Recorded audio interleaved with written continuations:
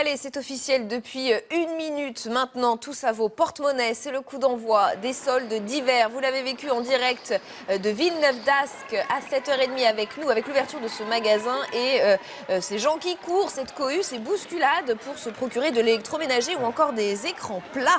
C'est chaque année un petit peu les mêmes images. Les soldes suscitent certaines réactions un petit peu enthousiastes, comme vous le voyez. Ça se passe donc près de Lille. C'est un petit peu la même chose partout en France en ce moment.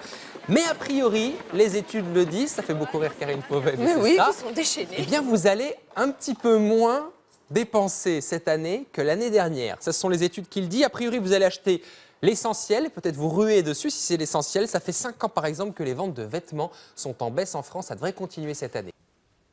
Nous sommes poussés, évidemment, à la consommation, et notamment nos enfants. Nous sommes entrés dans une logique qui suppose, la logique de l'innovation permanente, elle suppose la consommation permanente. Vous pouvez pas, si on innove, c'est pour que les gens achètent. Hein.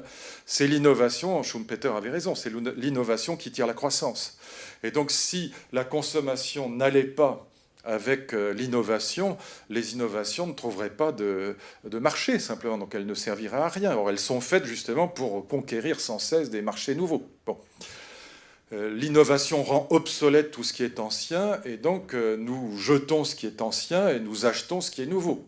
Personne ne roule aujourd'hui dans une voiture des années 70, ou alors vraiment pour s'amuser, où il faut être très très pauvre. Mais sinon, on rachète tous une voiture. Ou personne. Quand vous regardez les smartphones, les premiers, je me souviens, les premiers Nokia, c'est quoi maintenant, il y a 15 ans, ou quelque chose, ou Bebop, bon, c'est les pierres à feu. Même on les garde maintenant parce qu'ils sont collecteurs. C'est des objets de musée maintenant quasiment. Bon. Et donc l'innovation va avec la consommation. Or, la consommation n'est possible que si on détruit les valeurs traditionnelles. C'est pour ça que je dis que le deuxième trait du temps présent, il est sous-jacent au premier. Je vais vous dire pourquoi. La consommation, elle a la même structure que l'addiction. Qu'est-ce que c'est qu'un drogué? Techniquement, un drogué, c'est quelqu'un qui ne peut pas s'empêcher d'augmenter les doses et de rapprocher les prises, jusqu'à la mort, s'il le faut. Un vrai drogué, il a besoin de rapprocher les doses, de rapprocher les prises et d'augmenter les doses. Il est exactement la définition idéale du client d'un supermarché. Pour le patron du supermarché, le client idéal, ce serait celui qui irait faire les courses plus souvent et qui achèterait toujours plus. Qu'est-ce qu'on fait pour obtenir ce résultat? Qu'est-ce qu'on fait pour que nos enfants deviennent des consommateurs addictifs? Eh bien, on fait une chose qui est le premier trait du temps présent. Il faut déconstruire, voire détruire les valeurs traditionnelles. Pourquoi? Parce que c'est toute la théorie freudienne de la sublimation. Plus vous avez des valeurs culturelles, morales et spirituelles traditionnelles, c'est-à-dire fortes et stables, moins vous éprouverez le besoin le samedi après-midi de mettre les enfants à l'arrière de la voiture pour aller acheter des trucs idiots au supermarché du coin.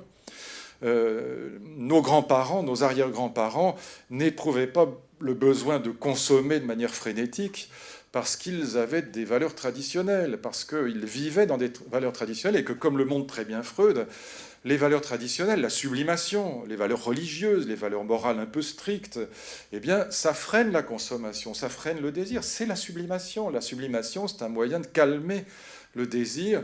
Désublimer, c'est livrer nos enfants à l'appétit permanent de consommation. Et donc, on est rentré dans cette logique de la déconstruction des valeurs traditionnelles parce que, sans cette déconstruction des valeurs traditionnelles, nos enfants n'achèteraient pas sans arrêt ce qu'on leur propose.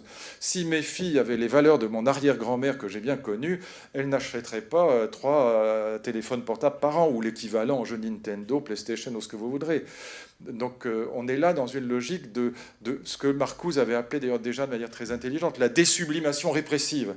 On désublime, c'est-à-dire qu'on déconstruit les valeurs traditionnelles et on livre nos enfants pieds et poings liés à la consommation addictive. Vous voyez, comme ils croulent sous les cadeaux à Noël, tout ça est dans un coin de la pièce au bout de 48 heures et ne servira plus jamais. Mais on est vraiment dans une logique d'hyperconsommation qui ne pouvait pas fonctionner sans qu'il y eut cette déconstruction des valeurs traditionnelles.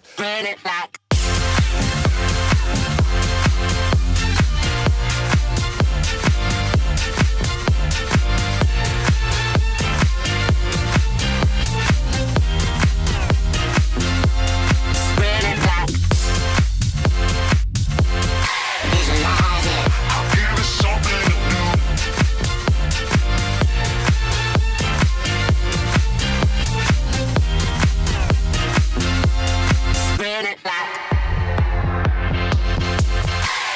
magic. I feel there's something to do.